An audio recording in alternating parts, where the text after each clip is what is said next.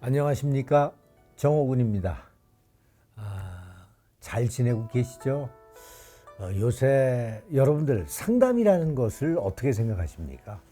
물론 어려움을 갖고 오시지만 또 그 어려움에 어떤 곳에 문제가 있고 어떻게 하면 해결할 수 있는 이런 어떤 해결책을 들으시러 오는 상담가이고 해결을 해주는 상담자인데, 상담자들의 어떤 일상에 대해서는 별로 생각을 좀 안 하시는 것 같아서, 왜 일곱 여덟 명을 상담하러 갔는데 한 명만 된다고 그러느냐. 아니, 일곱 여덟 명을 어떻게 상담을 합니까? 그건 본인들 생각이시죠. 그리고 본인들에게 맞지 않는 조건이다 그러면 깨끗하게 안 하시면 되는 거지. 그것을 가지고 무슨 상담자의 태도가 못됐다는 둥 어쩌고 저쩌고 블라블라 얘기를 하셔서 문제거리를 만드시는 것은 옳지 않다. 저는 이렇게 생각합니다. 그러니까 어느 나라나 어느 집단이나 어떤 곳이나 그것을 운영해 나가고 어떤 생활해 나가고 하는 룰이 있잖아요. 그 룰이 나와 맞지 않는다면 그곳에 안 가시면 되는 거잖아요. 그죠? 그리고 그곳에 가시려면 그곳의 룰을 따르시겠다는 어떤 당연한 마음으로 가시면 되는 거고, 그리고 상담을 받고 나오시면 끝나는 거다. 이렇게 하소연 섞인 말씀을 드리니까 이해를 하시고, 또 이해가 되신 분들은 당연히 상담하시러 오시면 됩니다. 저 나름대로의 어떤 상황을 이렇게 하소연 섞인 목소리로 말씀드리니 이해 부탁드리겠습니다. 자, 그러면 다음 출연자 어떤 분이 오셨는지 모시겠습니다. 네. 안녕하세요. 안녕하세요. 앉으세요. 네. 네. 안녕하세요. 저는 부산에 살고 있는 31살 백진희라고 합니다. 백진희 씨, 네. 부산에서 네. 저희 신당을 찾아주셨는데, 네. 오실 때 뭐 기차 타고 오셨어요? 네, 기차 타고 왔어요. KTX? 네.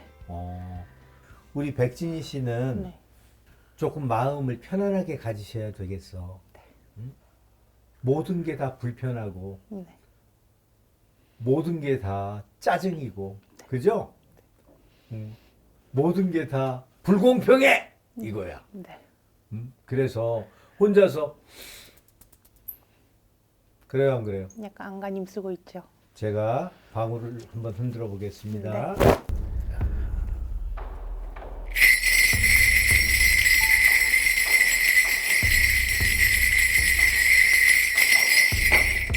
외롭다고 만난 인연이 너한테 굉장히 큰 화를 가져다 줄 수 있으니 너는 인연에 대한 생각을 많이 버려야 되겠다, 이런다. 인연이라는 것의 의미를 이해하시죠? 네. 나는 사랑이 고프고 따뜻함이 고프고 어떤 그늘이 고픈 거야. 네. 나는 항상 뻥 뚫어진 데 살아가지고 이 비 좀 안 맞고 사는 생활이 좀 됐으면 소원이 없겠어. 눈 좀 안 맞았으면 좋겠다고, 우박 좀 안 맞았으면 좋겠어 하는 뜻에서 누가 와서 착한 척, 따뜻한 척, 자상한 척 하면 스물스물 녹아들고, 그죠? 네. 잘 나를 무너뜨리는 인연을 조심해야 돼. 어떻게 생각해요? 안 그래도 그것 때문에 지금 일이 하나가 터져가지고 작년에 한때 만났던 남자친구였는데 아주 몹쓸 인간처럼 나는 느껴져. 맞아요. 나를 갖고 놀았어. 헤어지고 나서 저희 집에 주거 침입을 하려고 하고 스토킹을 해가지고 지금 재판 중이거든요. 근데 또 그 사람은 갇혔죠? 아침에 자고 일어났는데 갑자기 누가 계속 배에 도어락을 눌러요. 그러니까 도어락을 누르다 안 열리니까 발로 차고. 그 옆집 사람들이 아무 소리도 안 해요? 문을 그때 새벽 6시 반이었. 6시 반, 뭐 3시 반, 2시 반이라도 그렇지. 꽝꽝꽝꽝 하는데 네. 안 나와 봐요. 네. 그래서 제가 신고를 했어요. 그래서 그때 이렇게 그 파출소 응. 직원 그 분들이 오셔서 이렇게 훈방 조치를 했나 봐요. 훈방 조치를. 데리고 가서 네. 그때 이제 그때부터 시작해서 전화가 80몇 통 오고 막 카톡이 60몇 통 오고 내용은 뭔가요? 내가 죽겠다. 내가 죽어버리겠다. 본인이? 네. 어.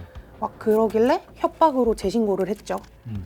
그러고 그 당일날 또 11시 반에 또 계속 누가 문을 두드리고 또 그러길래 아 이건 또 개다 싶어가지고 바로 또 3차 신고를 했더니 현행으로 잡혀갔죠. 근데 잡혀가서 조사를 받고 보니까 얘가 준강간 누범 기간이었던 그 복역을 하고 나왔던 준강간범이었던 거예요.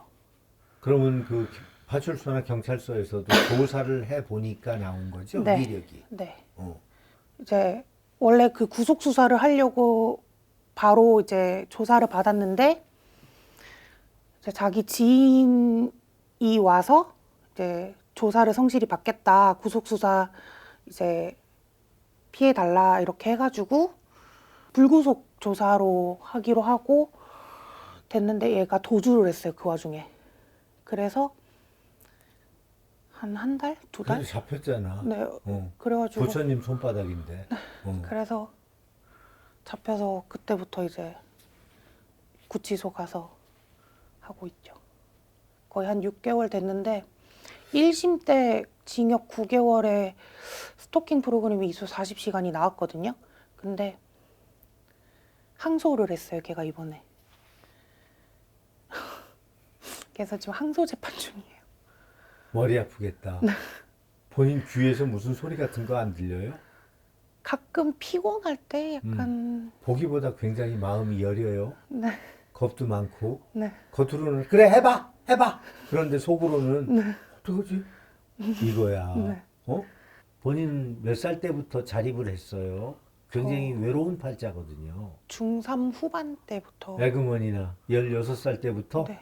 정확하게는 부모님이 이혼을 하셨고 그 상태에서 제가 아빠를 따라갔는데 아버지가 이혼하신 당일날 재혼을 하셨어요.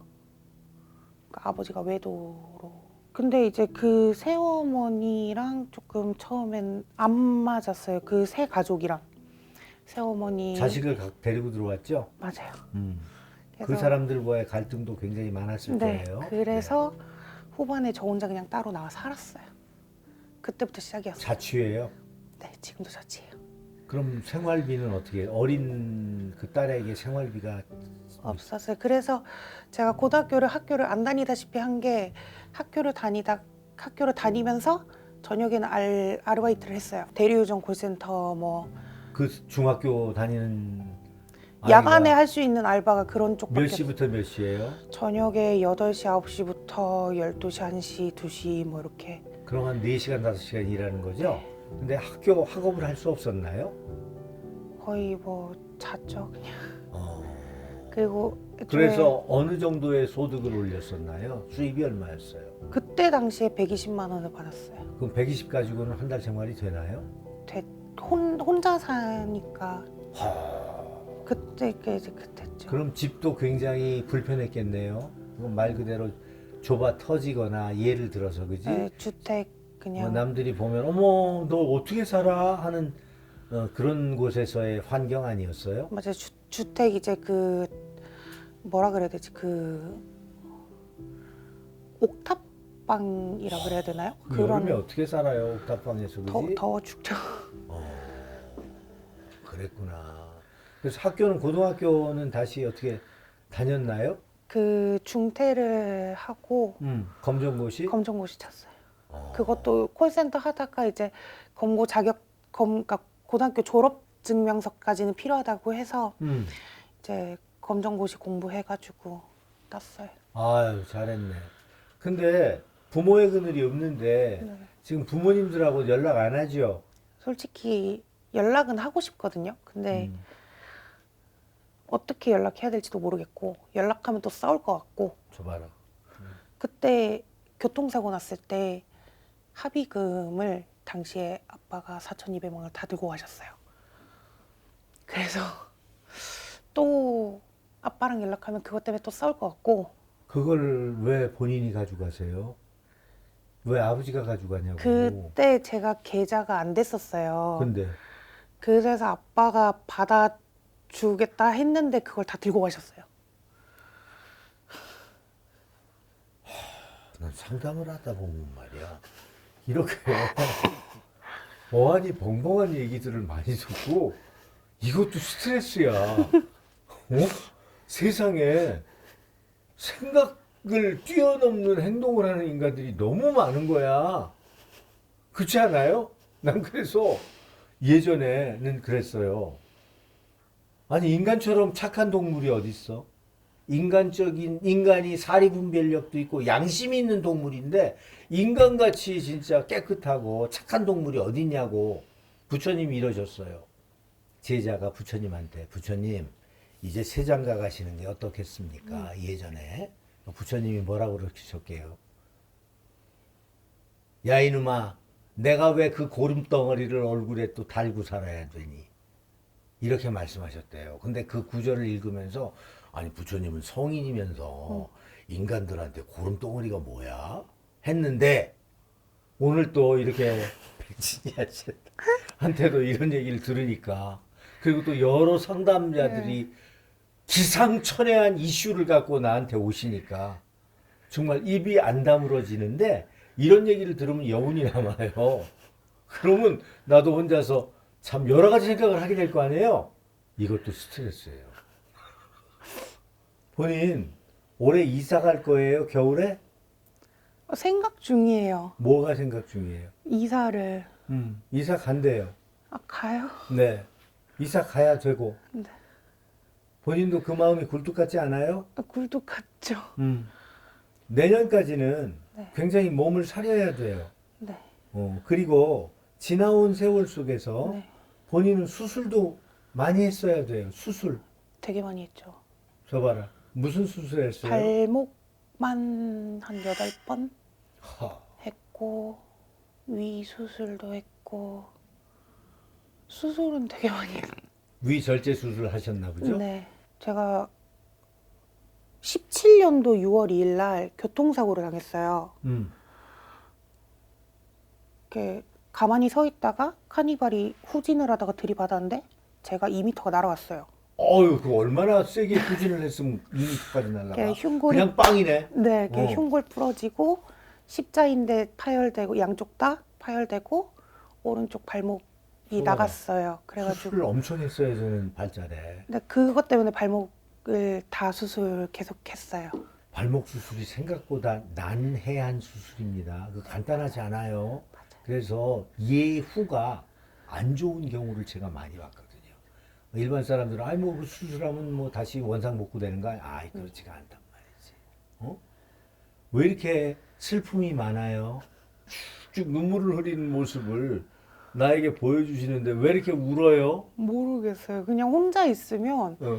이상하게 그런 그 발라드 같은 노래가 땡기고 계속 모르겠어요. 계속 그냥 본인은 어떤 발라드 들으세요? 그냥 발라드는 다 듣는 것 같아요. 그냥 계속 축 처져요. 약간 혼자 있으면. 그냥 멍하고 네. 그렇게 어떤 삶에 재미가 없는 거야. 네. 그죠? 네. 우울증이 온 거지. 근데 어디서부터 그게 시작됐는지는 모르겠지만 어려서부터 그랬어요. 우리 네. 할아버지가 그래요. 어려서부터 본인은 알게 모르게 충격적인 일들을 어린 가슴에 많이 담았어요. 그게 충격이야, 알게 모르게. 그래서 마음을 다친 거지, 그지? 어려서 부모도 없어요. 그냥 어떻게 제가 저렇게 저 나이 먹도록 혼자 자립을 했는지 한편으로 생각하면 참 대견해 하는 소리를 들어야 되는 우리 주인공 백진희 씨거든. 마음이 짠해 보면. 그래도 참 의지의 한국인이야. 본인은 돈복이 있어. 본인이 갖고 있는 돈복이 있다고. 본인은 재능이 많아요. 이쁘게 하는 재능, 네일 아트를 할 수 있고 눈썹을 할 수 있고 속눈썹을 할 수 있고 그로 인해서 다른 사람들이 어머 언니 너무 기술 좋아요, 너무 재능이 좋아요 하는 소리를 들어야 되는데 그 고민 중이었던 게 제가 이때까지 저 고등학교 때부터 지금까지 콜센터 업무만 계속 해왔거든요. 앉아서 네. 근데 최근에 그 피부 미용을 조금 배워볼까라고 생각은 했었어요. 아무튼 이쁘게 해주는 거 하면 좋대 우리 동자가. 너는 그런 재능이 있어 왜 그걸 모르니 이러잖아. 물론 자꾸 움츠려들어요 본인이. 바깥 세상에 당당하게 나돌아다니고 싶은 마음은 없어요. 안에서 살고 싶은 마음이 더 강하거든요. 그렇지 않아요? 맞아요. 그리고 왜 사람들과 본인을 비교하고 본인은 자꾸 이렇게 나는 쟤보다 못한 거야, 나는 쟤보다 잘난 게 하나 없어 하는 그런 마음을 많이 먹어요. 왜 그래요? 뭔가 계속 좀 그러게 돼요. 잘 모르겠는데 음. 주변 친구들도 그렇고 뭔가 주위에 동생들이 많은데 너무 잘 살고 막 그러다 보니까 뭔가 좀 비교하게 돼요. 백인희 씨는 너무 아팠어요. 몸도 아팠고 마음은 이루 말할 수 없이 쓰리고 아팠어요. 그러니까 이제는 본인이 본인 마음을 사랑하고 쓰다듬고 격려하고 끌어안아주면서 본인 자신이 새 삶의 주인공이 돼야 되겠다는 어떤 의지나 생각이 없으신가요? 근데 그러고 싶은데 음. 그 첫 스타트를 어떤 걸 해야 될지도 감이 안 와요. 내가 그랬잖아요. 본인은 남을 이쁘게 해주는 직업, 남을 배려하는 직업, 남을 사랑하는 직업이 맞다고. 그것이 눈썹도 될 수 있고 피부 마사지도 될 수 있고 네일 아트도 될 수 있고 아니면 헤어도 될 수 있고 아니면 동물 미용도 될 수 있고. 동물을 관심은 있어요. 관심은 있는데 음. 혹시 키우다가 제가 많이 몸이 안 좋잖아요. 아니 이제는 안 아파요. 아 그래요? 네, 이제 그런 악재가 올해로 아듀 바이바이. 그러니 내가 이렇게 얘기를 하는 거예요. 힘을 실어 기운을 내서 나아가라고. 세상 밖으로 나아가라고. 비록 그곳에서 혼자인 나를 발견할지라도 당당하라고. 응? 망망대해일지라도 혼자서 헤엄쳐가면 분명히 나를 구조할 수 있는 배를 만날 수 있고 사람을 만날 수 있고 하늘이 나를 구원해 줄 수 있는 그런 운으로 돌변하는 올 한 해니까 이사 가야 돼? 네. 그거 물어보러 왔잖아. 네. 이사 가야 될지 안 가야 될지. 지금 임대 아파트에 사나요? 네. 임대 아파트에 미련 버리세요. 네. 알았죠? 네. 본인이 네. 편안하면 좋아요. 내 눈에는 자꾸 바닷가가 보이고 네. 바닷가. 바닷가. 바닷가가 보이거나 아니면 멀리서 보이는 바닷가. 네. 이 정도에 있는 집으로 보여져요. 아무튼 나는 백진희 씨가 운이 바뀌어서 이제부터 나이가 꺾이잖아요. 네. 한 살 더. 네. 꺾이면서부터 운이 바뀌고 네. 굉장히 내 하는 일 속에서 의미를 두는 30대를 맞이하게 된다고 봐져요. 네.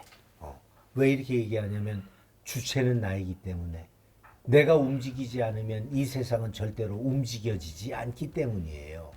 이 점을 명심하셔서 네. 꼭 당당하고 활기차고 나도 인생 속에서 내 하는 일 반드시 갖고 반듯한 재물을 가지고 사는 여자야. 네. 알았어? 네. 이렇게 당당하게 큰 소리 치며 살 수 있는 세상을 꼭 만나시기를 바라는 마음에서 이런 말씀을 드리니까 네. 화이팅 하시고 인생을 아주 행복한 인생으로 돌변하는 주체가 되시길, 주인공이 되시길 바라겠습니다. 네. 감사합니다. 네.